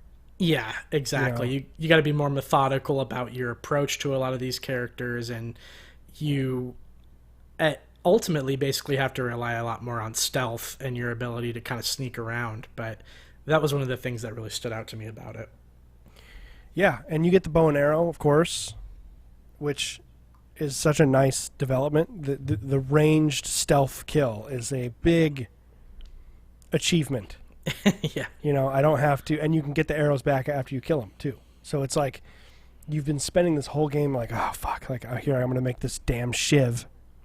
Yeah. And now, as long as you can get a headshot on a clicker, you got the bow and arrow. It's just a game changer, man. I just love having, and I know you had it beforehand. You get it like in Billstown, but I hardly ever had any arrows. I feel like once you get Ellie, I don't know. I feel like the bow and arrow was just so much more important when you were playing as Ellie because you didn't have the out of, well, if I get caught, you know, I'll just beat them up. You just go completely loud, yeah. So I just feel like using her with the bow, and she's smaller, and I don't even know how much of that really in the game as far as mechanically, if that's different, but you feel that way. You're like, all right, cool, like I feel like I'm going to hide a little better. I'm going to get down here. They're not going to see me. I'm going to shoot this guy with a bow. And then you've got the knife, so you don't have to worry about shivs anymore. There's just enough subtle gameplay changes to where it feels different to play as her. Like you said, a little more vulnerable as well. So I appreciated that. And I also feel like it is kind of a passing of the torch, like narratively of like, once I got control of Ellie, I was like, okay, I could tell by the end of this game, Ellie is going to be the protagonist. Yeah. You know, and she goes through an experience that really brings her, I think, to the forefront of the game, because that moment, I love that moment when David tells her, remember when I told you that I believe everything that happens for a reason, and then he tells her that a few hunters were attacked by this crazy man with a little girl, and they just give us like this slow reveal of the fact that, oh no, he's the hunter leader, you know? Yeah. And then of course she gets taken, and so did you catch I don't know if you remember the first time you played it, it's been many years, but generally you think that Joel is dead at this point. Yeah. Until she said, they offer, hey, do you need some food or whatever, and she cuts him off and goes, medicine. Yeah. Antibiotics. I need medicine. You know, and that tells you right there. I remember going, oh my God. Okay, so Joel is still alive, but he's really hurt. Like it tells you so much with just a single word of dialogue. Yeah, you get the motive. And I think that David and the other guy also kind of glean that as well, right? Because now they know, like, oh, she's not really she's not by herself. She's got somebody else, but yeah. And they're sick or they're wounded or whatever, and they need antibiotics. So it's like there's a lot of information packed into a single request, a single word that she has. And then you're playing with this kind of renewed hope. And David saves her life at one point, and they kind of let off that weird suspicion thing. So they play with you a little bit on that whole sequence before they finally kind of confirm our suspicions that this guy is bad news. And of course she gets captured, and then it goes back to Joel, and you're just wanting to kill all these guys because they know at this point you're so invested in both of these characters, and they have Ellie, and you find out they're cannibals, and all this goes on. Yeah. So like kind of the end of this moment is when she gets, David, who implies on several occasions that they don't want to kill her because she's a woman. Mm-hmm. And they need women. And it's just like and just thinking about Ellie at that point, and it's just, I don't know, I feel this sort of like almost like Joel does, like the fatherly like protect, like that's so horrific to me. That's more horrific than her dying to me. The thought of that's what these guys are in here thinking about her. Yeah. Like that's what they want her for. It's just so far away from what was in my head. It's just disturbing to me. Yeah. As if the world that we're already in The Last of Us could get any worse, right? I mean, like it does. They basically throw everything but the kitchen sink at you. So yeah, so that and there's a little dialogue there at the very end when she gets him, and she goes ham on him with that knife. She just goes off, and Joel grabs her and hugs her or whatever, and all she says is he tried to, and then it cuts off, and he totally gets it. Yeah. And like again, that's back to that dialogue. That's back to showing, not telling. She doesn't even have to say any really too much. She doesn't come out to him and spell it out to him. They were going to use me as a sex slave or whatever. Like that's so a lot of dialogue does that, where they come out and they want to like make sure the audience gets it. Yeah, really spoon feed it to him. Yeah, and it's like all she says is he tried to, and then just starts crying. And Joel is like, that's the first time I think he calls her like baby girl too in his Texan accent, and it just, oh my god, it just gets me so emotional. I know when he that's like, I feel like that's the moment where she becomes his daughter. Definitely. That's really solidified in that moment. And it's so powerful to me. And like their bond at that point, is beyond. And I think that's, again, I know we're trying to avoid 2, but like some of the criticism that's out there for 2 about Ellie's motivations for certain things, like I feel like they're almost forgetting like how strong the bond is. Yeah. And like how meaningful it is to the two of them. And how it was solidified and like what they had to go through to create that relationship and forge that relationship. I feel like sometimes maybe not everyone played the game right before 2. Right. Like, this is a relationship that only people who go through war or similar kind of trauma have with one another. And that's one of the reasons why, really, I think that you almost really got to play the first one before you get to part 2, because like right before it. So many of these, like, and keep in mind, I had only played the game 4 years, 5 years prior, and some of this stuff hit way more than it did the first time around. So, if I really could make a recommendation to anybody out there, if you're listening to this and you haven't played, The Last of Us Part 1 before Part 2, really do it, because I feel like a lot of these connections that are made and a lot of this characterization that's built up gets way stronger going from 1 to 2, and really adds to some of that emotion and to some of the events that happen. It's crazy. Yeah, and I think part of the reason we don't always remember, I mean, I remembered the emotional impact of it, but it's still good to experience it again because it is nuanced in a way. I mean, obviously she gets captured by freaking cannibals, and it's not, that's not nuance, but right. But the thing that, like the instance that I was just explaining of all she says to him is he tried to, like, all of that coming into the game with already really loving Ellie as a character. She's one of my favorite characters in any fictional medium ever at this stage, her and Joel. Yeah. Already having that kind of bond as an audience member or a player or whatever you want to call me, feeling that again, and just getting those 3 words from her, just getting the he tried to, and then seeing what Joel, how that impacts Joel and how that hurts Joel to to know that she understood why they wanted her. Just there's so much behind that that's just packed into those 3 little words into one line, that I feel like the impact of that kind of nuance is easy to not forget, but just to not remember how impactful it really was at the time, both for the characters and for you. And that's why it is important to remember to play. Like, really, you should play this right before too, because it's like you don't want those little things to be lost on you. You know, you really want to remember what that means, because I think it helps understand the actions of a lot of the characters, including, you know, especially Ellie in the second one. So yeah, I agree with you on that. All right, so let's wrap it up, man. Let's get to the end. I mean, obviously we are skipping things, but we could talk about so many little things all the way through this. In fact, we're not even really talking about gameplay that much, because it's kind of the same loop over and over. I love stealth games. I like, you know, we already talked about the kind of the rugged brutality of melee combat, and I've always appreciated how the environment plays a role. He smashes heads into pipes and walls and desks and stuff, and I don't know, there's not that much to say. It is pretty straightforward, and I think it is pretty simple. Yeah, but I feel like it is for the most part, I feel like it's a good conduit for the story, I guess. Yeah, it works, certainly. You know, it services the story in a way that most other combat systems wouldn't be able to. Yeah, and it's not the greatest. You know, I have some issues with it, right? I mean, there are times where I feel like I get caught and I shouldn't have, and like the AI can be a little dumb sometimes, and sometimes there's a few too many rooms of bad guys to get through. Like, those are some nitpicks. I feel like they're nitpicks. You know, a little bit of pacing issue with some combat sometimes and things like that. A lot of which I would say, and again, I know we're not supposed to do this, but it's so hard. A lot of which got rectified in the second one. I feel like a lot of that. I feel like the gameplay's a lot better than 2. Agreed. Couldn't agree even though more. It's very similar. It's incredibly similar, but there's just a few base changes that I feel like just ramp it up to be like, okay, now the gameplay's almost on the level of the story.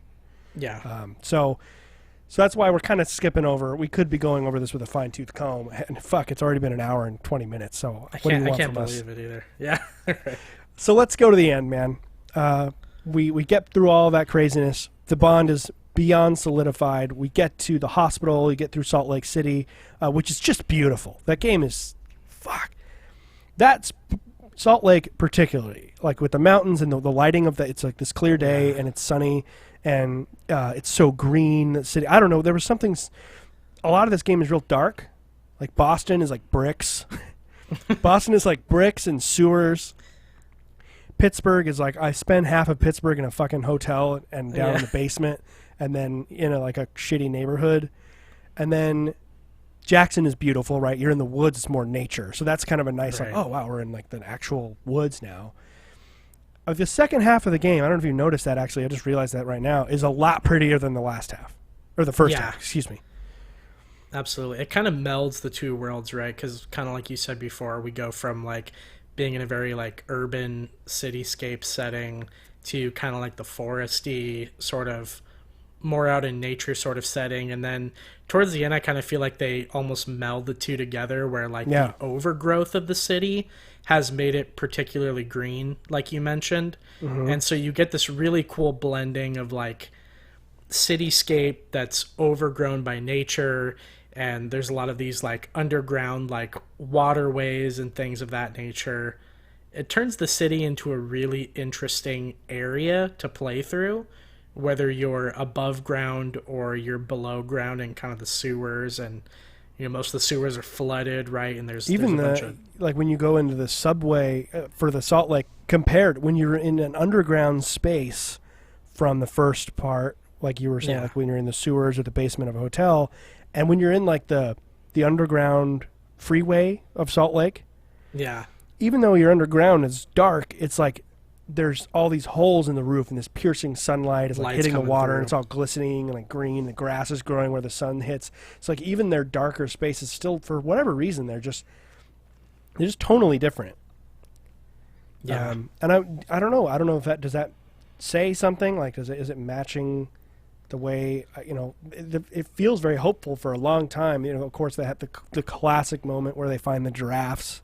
Which is so cool. It's such a good scene, and it's like the pacing of that whole thing is really good. In fact, a small nitpick, I actually would have preferred there not to be any combat with infected through that whole. I would have been cool with like a peaceful walk all the way to the hospital. I feel like they didn't need the infected parts in there. But, to each their own, I suppose. It's not game breaking. I remember playing it. I'm like, man, I thought I was closer to getting to the hospital than this. I forgot all these fucking like bloaters and shit down here. Like, right. Exactly. Really didn't need this here. You didn't expect that much resistance, right? Once we get towards the end of the game, but not because you had the giraffe moment, and I love how, Ellie is not in as great of a mood, because one big story beat we did skip that we can touch on very quickly is the ranch house when Ellie runs off. Yeah. And you have the whole, because this is, if I'm remembering correctly, this is before, it's before they have their true bonding moment with David and the cannibals, is they all have almost kind of their separation, which is, when she says, I'm not her, I'm not your daughter. And, he tells her, I don't know why it sticks with me so much. You're on mighty thin ice. I just feel it. I totally feel like I know where he's coming from on that. Yeah, and then he returns back by saying, like, I'm not your dad, right? Yeah, no, I mean, he says, right. He says that to her, like, you're right, you're not my daughter and I'm not your dad, and you don't know what suffering is, which I don't think that's fair for him to tell her that. Yeah. But again, that's what makes great characters, is that we're people and sometimes we suck. And in that moment, Joel's kind of a dick, Absolutely. And I love that. And so the reason this all came up is because we come back now to Salt Lake after they've had all these experiences together and they've really bonded. And she's like she's kind of being a teenager. Like, she's not paying attention. She's really in her own head, thinking in her own head. He has to constantly try to get her attention. And Joel is like jovial. Yeah. I want to teach you guitar. Have you ever played guitar? Hey, I found one of those comic books you like. Like, he's like in the best mood he's in, like, all game long. Yeah. He's starting to have feelings again, right? And start to regain that humanity that he had, like, so much lost by the beginning of the game. Yes. It's the first time that, because this is like post their bond from the David stuff, like, it's like the first time he's loved another human being since Sarah, I assume. And maybe Tess. We don't really know. You know what I mean? Like, did they love each other, or were they just kind of like on and off? Yeah. We don't know. Strings attached kind of thing, sure. I don't know. There may have been a little more there, because they talk about it a little bit. Again, I love it. They just kind of, there's this dialogue in the beginning where they talk. You can tell, like, okay, there's a history here. But no one's like, she never goes, Joel, we used to sleep together, Yeah. It's like, I love you. It's really well done, where they're like, we've made a good, we've made a good pair, and it's like, okay, there's definitely a history there. So anyways, all that leading up to the fact that, Ellie is sort of out of it, and the giraffes kind of bring them both back. This moment that they share. We get to the hospital, and we find out from Marlene, after he gets knocked out, because the Fireflies don't know who they are, and they knock him out and take him to the hospital, and Marlene is there. Can't believe that they walked all the way across the fucking country to get here. And here we go again. There's hope, right? Yeah. We're letting our guard down. Like, we fucking made it. This is great. They're gonna draw some blood. Hang out and have a vacation in Salt Lake while they come up with a cure, and everything's gonna be A-okay. It's gonna be great. And then Marlene tells him, which I'm kind of surprised that she did, but I don't know. I guess Marlene seems like she's a pretty moral person as well. I mean, she's done bad shit, right? She's a terrorist, quote unquote. She blows stuff up. She's killed innocent people. No one is clean in this world. Quarantine zones and stuff like that. Yeah, no one gets away clean in this world completely. But relatively speaking, right? I mean, she's clearly a principled individual. Another great vocal performance for Marlene. Everyone is so good in this game. There's no weak link. Everyone is just like, God, the dialogue is so good and the performances are so excellent. And she breaks it to him, right? That it's grown into Ellie's brain, and they have to take that, basically this sort of fungal tumor out of her brain. It's going to kill her. Yeah. To get the cure. And Joel decides to go ham.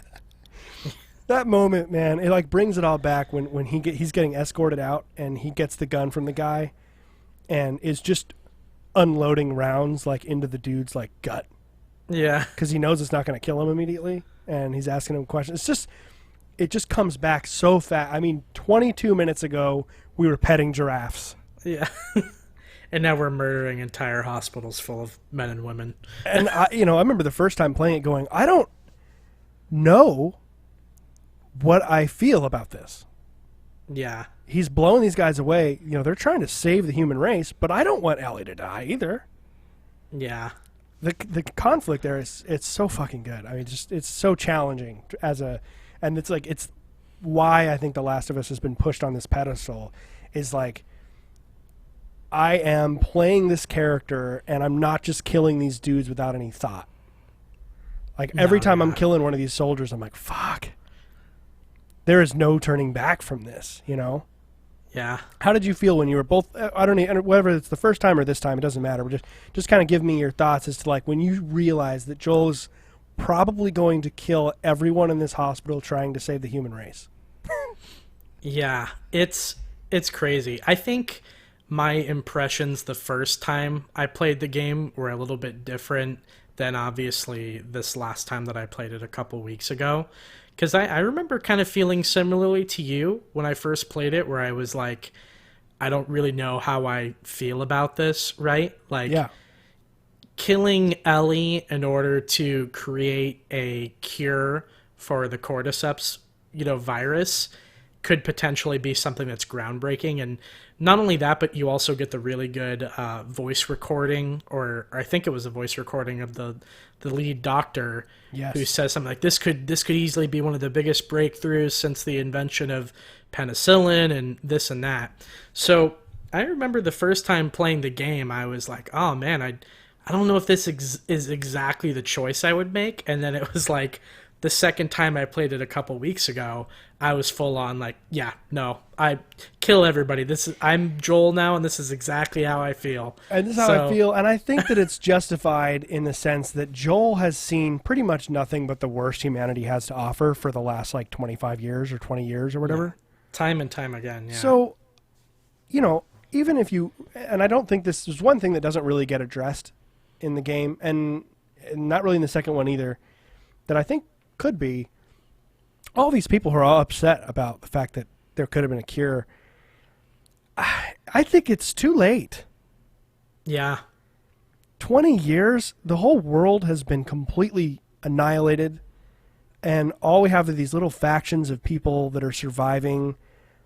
It just seems like, okay. Yeah, there's not really a unified society anymore, right? Now we're broken up into these camps of, either bandits or people that are trying to that mean well, but maybe don't. Not everybody sees the same way. Getting everybody in the world of The Last of Us to all pull in the same direction in humanity's favor kind of feels like a fool's errand a little bit. It does, and I feel like that, I don't know if that plays into Joel's decision making at any point.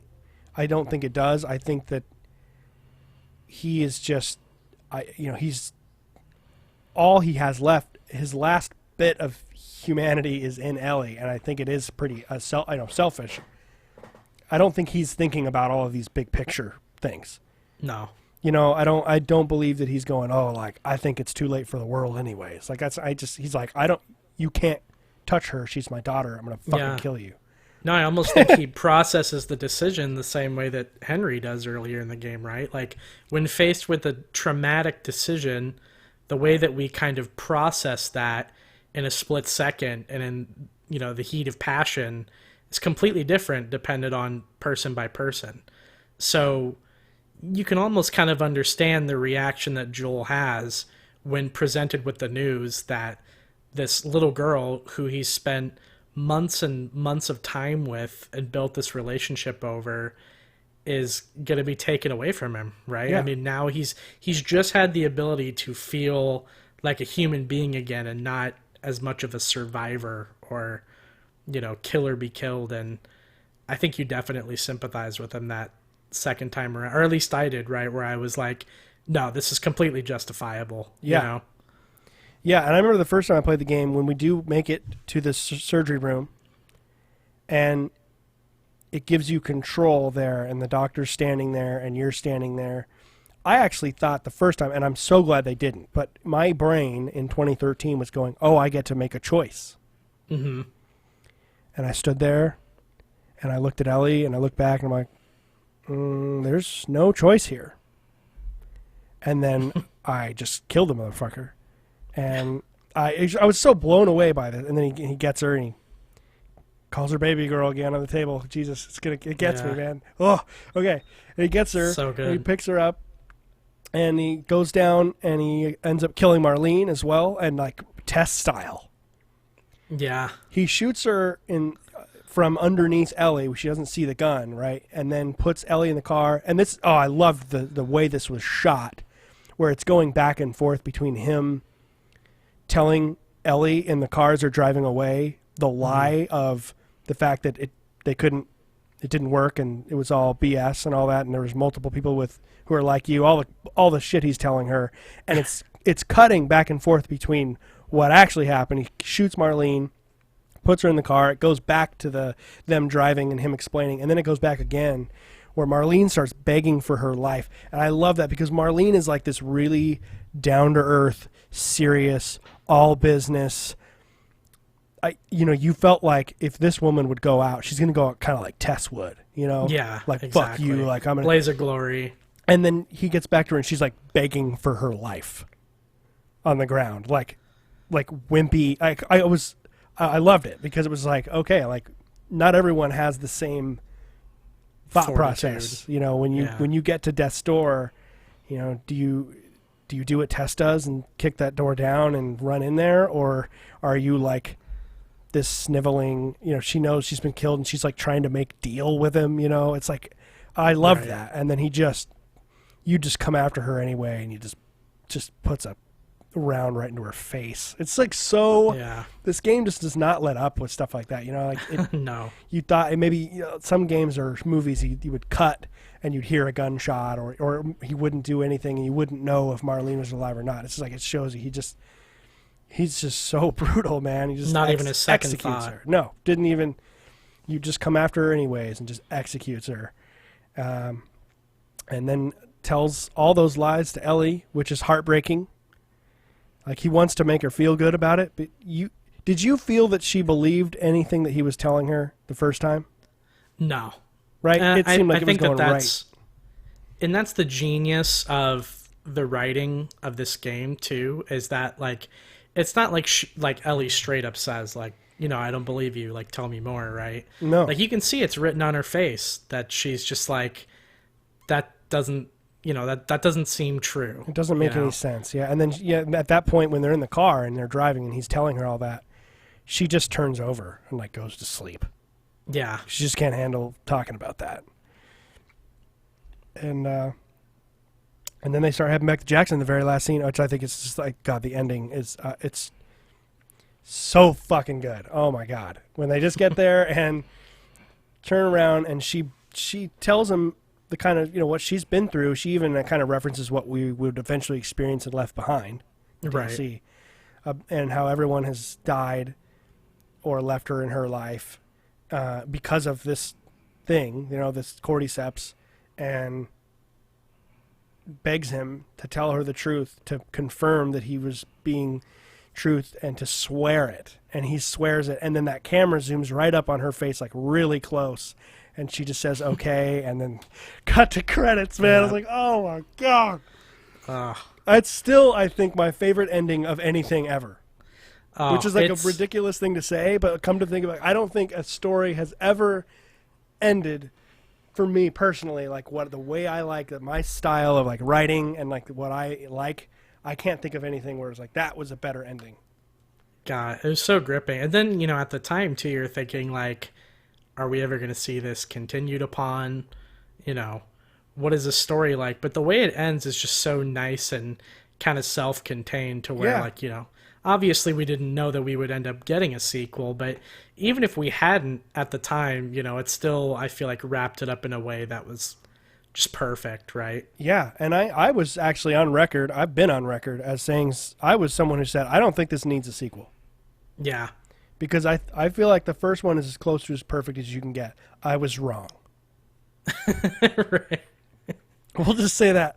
I look like a fucking idiot. In my opinion, I look like a complete idiot saying that. Yeah.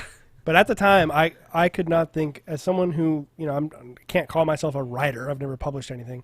As someone who dabbles in writing and has always enjoyed writing and enjoyed thinking about scripts and what makes them good and what makes them not good and how to write good characters and all that kind of stuff. I've taken creative writing classes in college and all that kind of stuff that I like it. It's a hobby.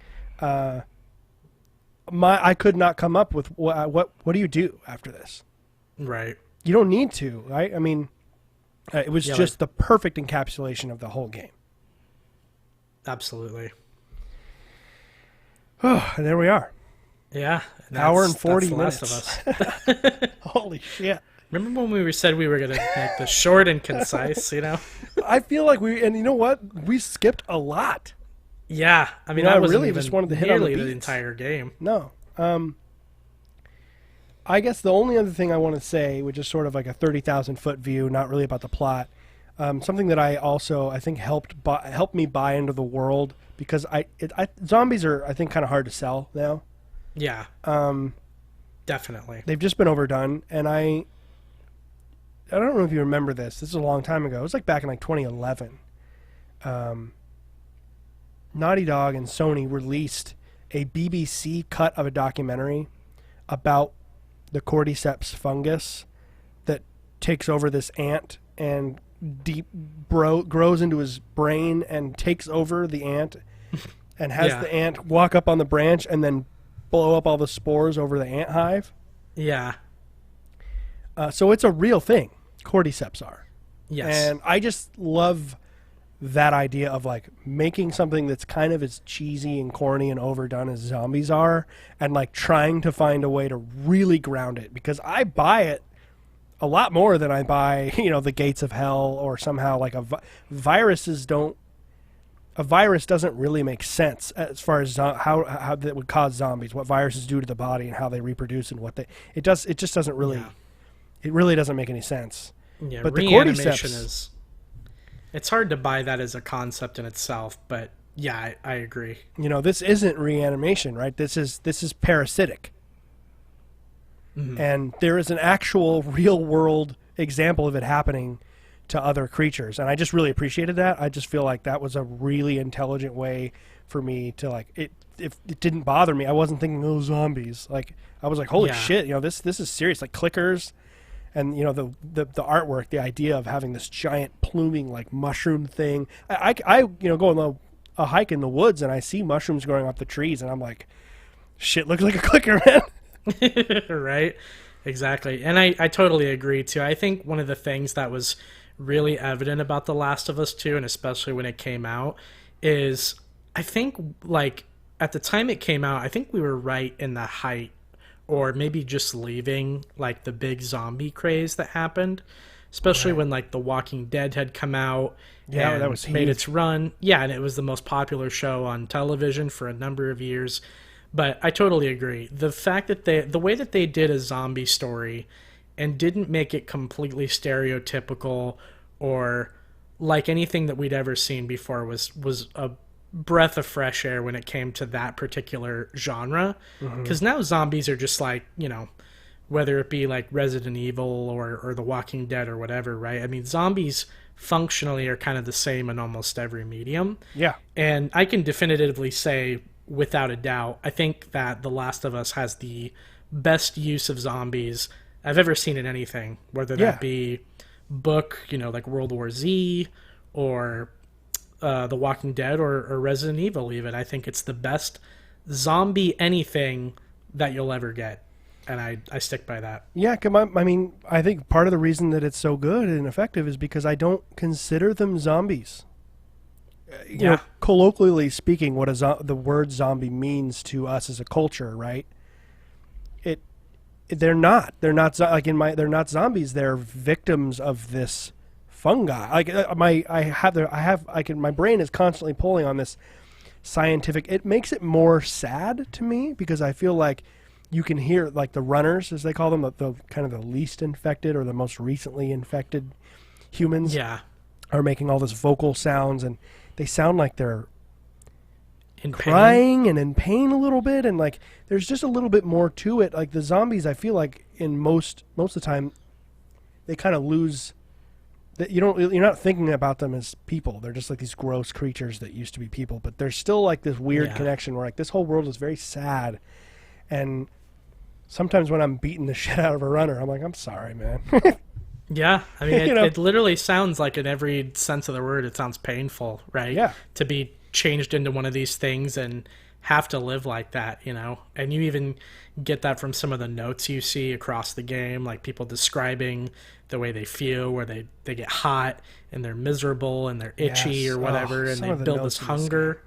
Yeah. Yeah, just see, that's kind of what we skipped a lot of that stuff because we still spent almost 2 hours. So, did you have any final kind of overarching 30,000 feet thoughts, kind of like I did about the cordyceps about this game you wanted to get off your chest that you have been thinking about before we close it up here? Nothing too crazy, honestly, just to go back to what I said before. Honestly, I really am glad that I got to play it a second time around and kind of build up this life experience and be able to go back and play the game, because I really do believe if you were someone like me who maybe felt kind of lukewarm about The Last of Us when it first came out, or maybe played it at kind of an awkward time where you didn't really like it as much, please go back and play it, especially if you plan on playing the second one, because I think it enhances the experience a whole lot more with some time removed from it and some time removed away from the initial hype of it. Obviously, with the second game being out now, it's kind of returned a little bit, but I really can't recommend going back and playing it again enough, especially if you plan on going to the second one. It was such a great experience. So. I might even wait like a month and play through both of them again. Yeah, I mean, it's I'd that good like of an to get experience. Some more trophies. I don't know, that or I'll just go to the second one, because I feel like I don't have any platinums. I'm not a platinum guy, but I feel like the second one, I feel like I want the platinum. I don't know. It's just weird. Yeah. That never hits me like that, so we'll see. Cool. All right. Yeah, so would you agree now, do you think that the game kind of deserves its pedestal it's on, and you think it is one of the best, like we'll say one of, not the, but one of the best games ever? Yeah, no, I certainly would say it's up there. I still I'd have to really take some time to think about whether it would be in my personal top 10. Sure. I'd really have to see kind of where that fits in, and kind of have to write it out and see. Yeah. We'll do an episode someday where we do our top 10. I did that way back in the day with Mason, but there's been some changes for sure for me on it, and it would be a fun thing to do, go through like a top 10 list sometime. Yeah, as a fun episode. So awesome. All right, well, 2 hours in, that'll do it for us. Just a real quick recap of The Last of Us. Just real quick. We want to hear your thoughts on it. Obviously, we didn't have time to, this kind of we kind of planned this and just wanted to get going, so we didn't reach out to get everyone's thoughts, and we've been on hiatus, so I kind of wanted to ambush people with a brand new episode and be like, yo, here we are. So feel free to submit thoughts. You can email us at thesologamer20192019@gmail.com, or just shoot us a comment or a direct message or whatever on Twitter or Instagram, whatever you want. I'll check them all before each episode. So if you have some follow-up thoughts or something we didn't touch on and you want to talk to us about it, we can do like a quick, because I don't know about you, man, we'll talk about this after recording, but I feel like maybe we'll hold off on doing the second. If we're doing 2 hours on the first one, I can't even imagine with the second one, especially it being fresh in our minds. It's already 8 o'clock, so maybe we'll try and find another time. I don't know if we want to do that tonight. So maybe we'll field some thoughts for people. So how do you? We'll talk about that in a minute. All right, everyone. Great podcasting here, where I'm trying to like bridge the behind the scenes with the in front of the curtain here. So I'm gonna end it here. Quit my babbling. And Taylor, it's great to have you on as the co-host of the show, man. I'm really excited about the future with everything with TSG, with our, if you want to, we're going to do some YouTube shit. We want to do some, work. We got this blog, like we got a lot coming. Some streaming, hopefully. Yeah, which won't be, obviously, I don't stream from like the TSG account. It's like our own streaming accounts. But that, yeah, absolutely, we're gonna get all that together, and I'm just hoping we can get a little engagement, man. I'm not looking for 1 million people, but it would be super cool to build a little community around our shared and mutual passion for these single player story driven games, which is honestly the reason I play games. Yeah, absolutely. All right, everyone, have a wonderful rest of your Monday, and we will catch you next time. Later. See you guys.